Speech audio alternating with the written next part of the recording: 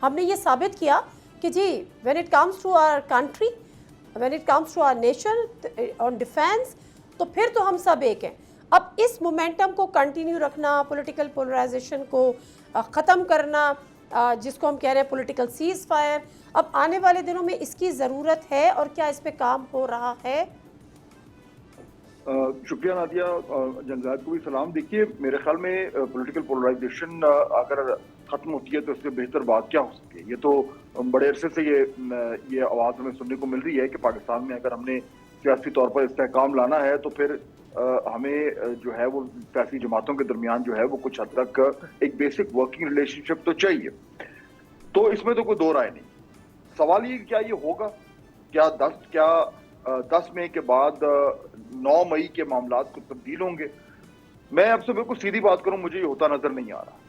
और मैं इसलिए कह रहा हूं क्योंकि देखिए, ये जो अभी एक मौका आया था और है भी है, जो वाकयात हुए, जिस तरीके से हमने इंडिया को जो है वो शिकस्त फाश दी है, ये बहुत ही अरसे के बाद पाकिस्तान में इस तरह का एक मोमेंट आया है कि पूरी कौम मुत्तहिद हो गई थी। बहुत अरसा गुजर गया था कि जब ऐसा हुआ था, और वो मुत्तहिद ऐसे हुई कि जो भी अपने हमारे आपस के इख्तिलाफात हैं या और कोई दीगर मामलात हैं, उनको हम सबको साइड पे रख कर हमने कहा कि आज हम अपनी अफवाज की आवाज़ में आवाज़ बुलाएंगे और हम उनके साथ खड़े होंगे, उनके पीछे खड़े होंगे और हर हवाले से उनको सपोर्ट देंगे। मगर नादिया, इशू ये है कि एक जमात, और मैं उसका नाम ले लेता हूँ, पाकिस्तान तहरीक इंसाफ, उसने मेरे ख्याल में ये सुनहरी मौका जाया किया है। उसने जो पोजीशन ली है वो बिल्कुल, उसने ये नहीं कहा कि जी वो अफवाज पाकिस्तान के साथ नहीं खड़े, लेकिन अगर आप उसके साथ कुछ 2-4 चीजें जोड़ दें कि जी अगर ऐसा कर दें, अगर ऐसा वैसा कर दें, अगर खान साहब को रिलीज कर दें तो बेहतर होगा।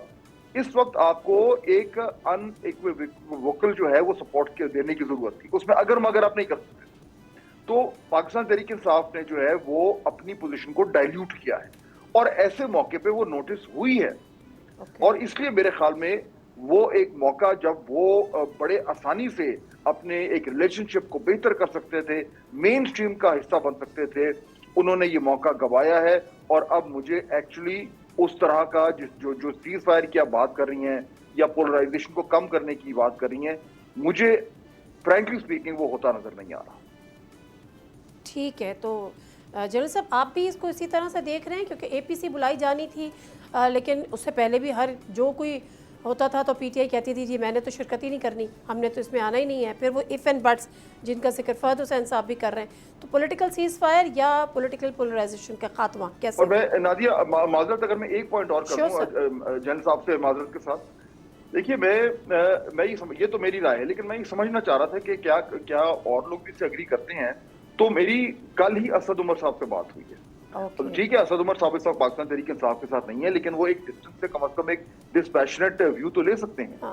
और उनका भी एक्चुअली ऑन द रिकॉर्ड ये व्यू था कि पीटीआई को इस पोजीशन जो उन्होंने ली है उससे बेहतर पोजीशन लेनी चाहिए थी। और मैं उनसे इत्तफाक करता हूं। उन्होंने कहा कि जी मेरे ख्याल में इसकी वजह ये थी कि क्योंकि खान साहब की तरफ एक्सेस नहीं थी, तो पीछे कोई लीडर नहीं है, तो वो उस तरीके से ये फैसला नहीं कर पाया। लेकिन मेरे ख्याल में ये जो एक रिलेशन है, ये बात उनकी ठीक है, लेकिन ये जस्टिफाई नहीं करती। भाई, आपको कोई इतना कॉम्प्लिकेटेड इशू तो नहीं था। आप देख रहे हैं कि सारी कौम जुड़ी हुई है। उसमें सिर्फ ये कहना कि जी हम सब कुछ बुलाकर आज आप सबके साथ खड़े हैं, बाद में हम बाकी मामला में बात करेंगे, ये उनकी लीडरशिप ने ये मौका गंवाया है। सब्सक्राइब करें और बेल दबाएं ताकि कोई खबर रह न जाए।